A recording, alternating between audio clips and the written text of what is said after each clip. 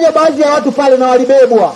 Mwisho wa siku waliposhindwa kwenda kwa mkuu wa mkoa, wale waliouziwa maeneo, ili mkuu wa mkoa wasaidie kupata haki yao irudi, maana ya maeneo hawajauziwa kihalali, maeneo ni ya kijiji.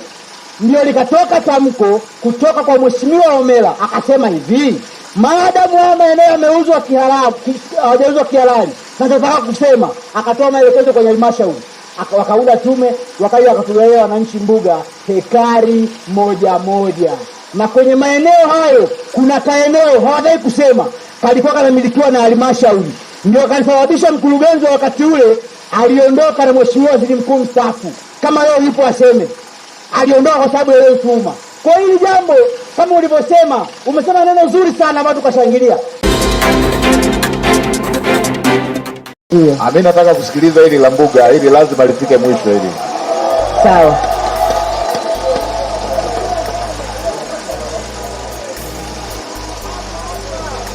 Nataka hapa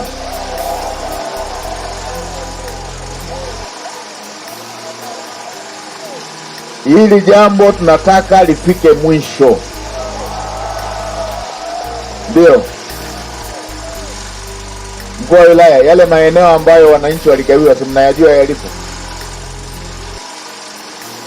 Mheshimiwa Waziri Mkuu, hayo maeneo yanafahamika kwa sababu kila mwananchi alipewa eneo lake. Kila mwananchi alipewa eneo lake. Na haya maeneo ni kando na yale ambayo hawa waliyanunua haya moja moja. Kwa maelezo niliyopewa, hawa walinunua maeneo kwa mtu moja moja. Baada ya hapo wananchi wakakosa maeneo ya kulima.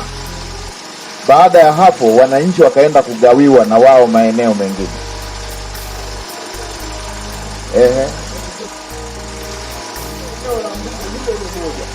Sio mengine tofauti.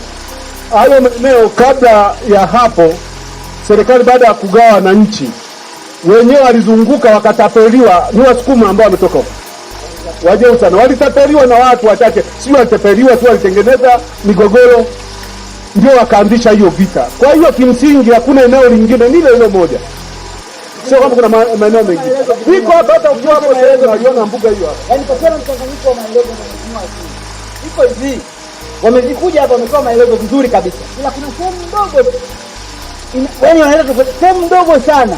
Iko hivi, wanashinda kumtaja mtu aliyegawa wakati alikuwa mkuu wa mkoa, amtaji hapa, na ndio shahidi yetu namba moja, Mheshimiwa Juma Homera. Jambo la mbuga, Mheshimiwa Waziri Mkuu, kitaka ulijua vizuri, mpigie Homera, na ndio aliyegawa hekari moja moja kwa wananchi. Iko hivi, alikuwa anapita kwenda na ndio waziri wa katiba na sheria. Huyo atakusaidia kwenye kulijua hili jambo kiundani, kwa sababu wakati anatoka mkoani, wakati ule mawaziri ndio mgeni, alikuwa anapita kwenda halmashauri ya Mpimbwe, akasema hapana, si vema nipite hivi hivi, nimewakuta watu barabarani, ni asalimie. Kwenye kutusalimia kama hivi ndio tunaweka changamoto yetu.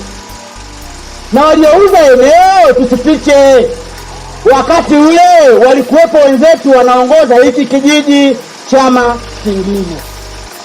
Hapo ndio shida ilipoanzia. Na nyie msio mnachagua watu wenye njaa. Tunaona sasa wakawauzia. Umeona sasa? Hapo sasa walipouza maeneo hayo, sasa shida ikaanzia hapo. Mwisho wa siku tukamwekea wetu mkuu wa mkoa. Mkuu wa mkoa akafanya jambo zuri kabisa, akatusikiliza, akasema hivi kauli yake pale, na wanaokumbuka wataniambia. Unajua uzuri mimi kumbukumbu Mheshimiwa Waziri Mkuu huwa iko hapa.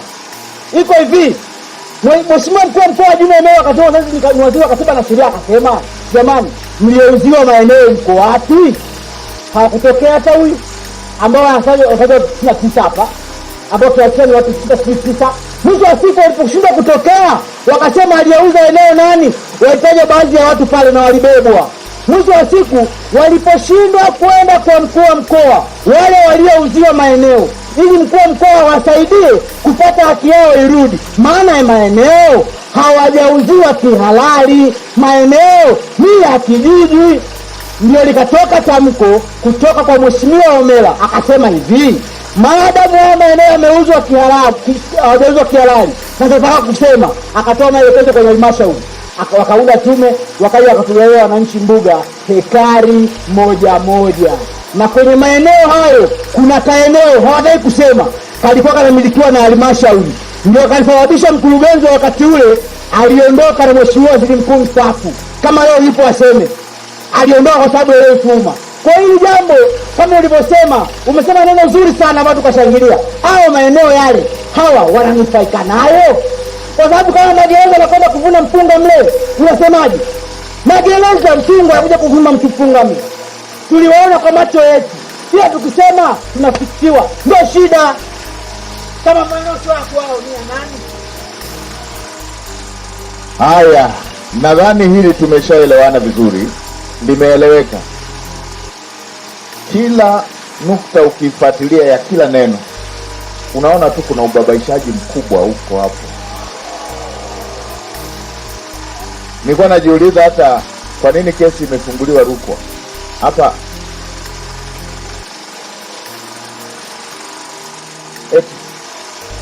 Kwa nini kesi imefunguliwa Rukwa hapa? We wakili, hapa bado hamna sehemu ya kusikiliza kesi hata ya Mheshimiwa Waziri Mkuu, Mahakama Kuu kwa sasa bado iko Sumbawanga, na ukubwa wa eneo lile kwa makadirio ya wakili aliyekuwa anafungua kesi yalikuwa yanazidi thamani inayotakiwa kusikilizwa na Baraza la Ardhi na Nyumba la Wilaya. Kwa hiyo ikalazimika kesi ifunguliwe Mahakama Kuu kwa sababu ukomo tayari umezidi. Sio ule kwamba wataishiwa nauli. Hapana,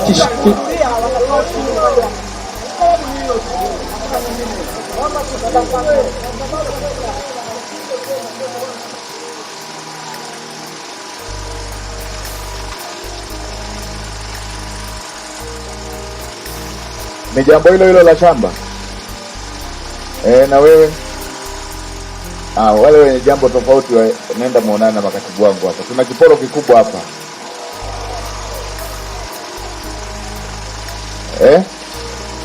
Nendeni muonane na makatibu. Wenye jambo tofauti waende hapo. Tunataka kwanza tupate mwafaka wa hili jambo kubwa.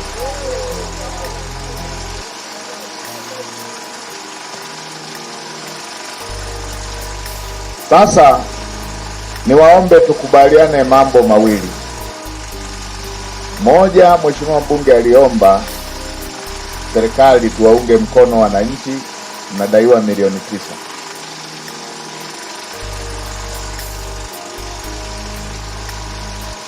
Nadhani tuanze na hilo pia.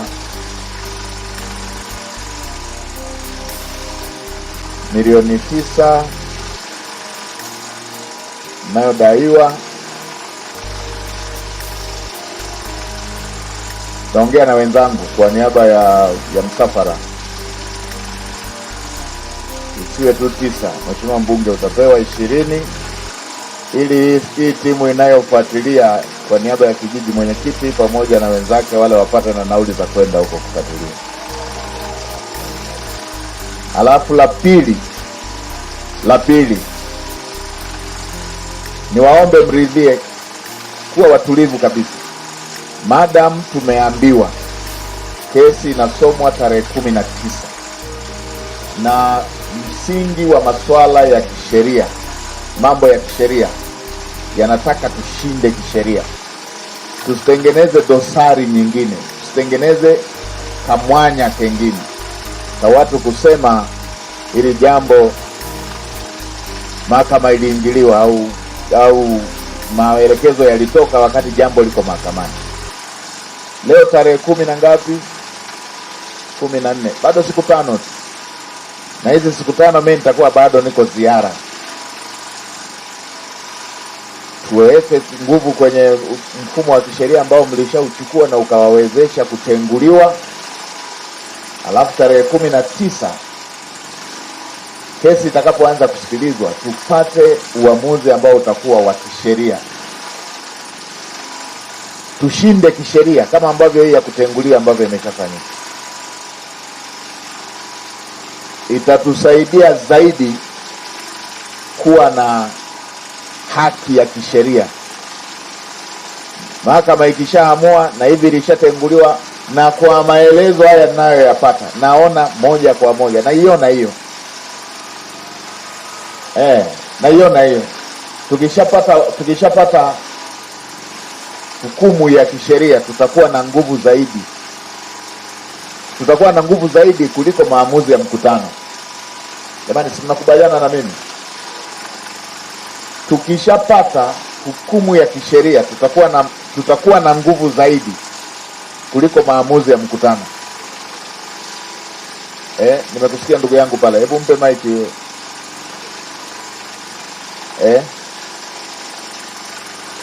Hapana, mimi shida moja, jambo nikishakuwa nalo, yani kati ya kosa ambalo litakuwa limefanyika ni hili jambo kufika mikononi mwangu.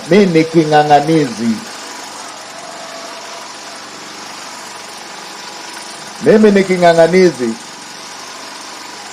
Tena hata wasinijaribu kabisa.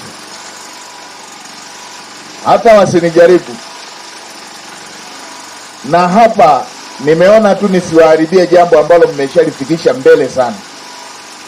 Mnanisikia wananchi? Nimeona kuja kwangu nisiwaharibie jambo ambalo mmeshalifikisha mbele zaidi. Yaani tusiwatengenezee mada. Wakati mnaeleza hapa ilishafika hapa, nilichokuwa nawaza ni kukamata wote, kuanzia waliouza na waliouziwa. Lakini wakati maelezo yanatoka, nimeipata ile busara kwamba tusije tukaliharibu jambo ambalo liko kwenye mkono wa sheria. Hata nyie niwaombe, na nyie najua na nyie linawaudhi, linawauma, linawakera. Niwaombe tutulie tu, tujipe muda. Tumeshateseka parefu sana, tusiharibie hapa padogo sana. Tusipaharibie sehemu ndogo, tukaharibu kila kitu, tukawatengenezea watu kesi.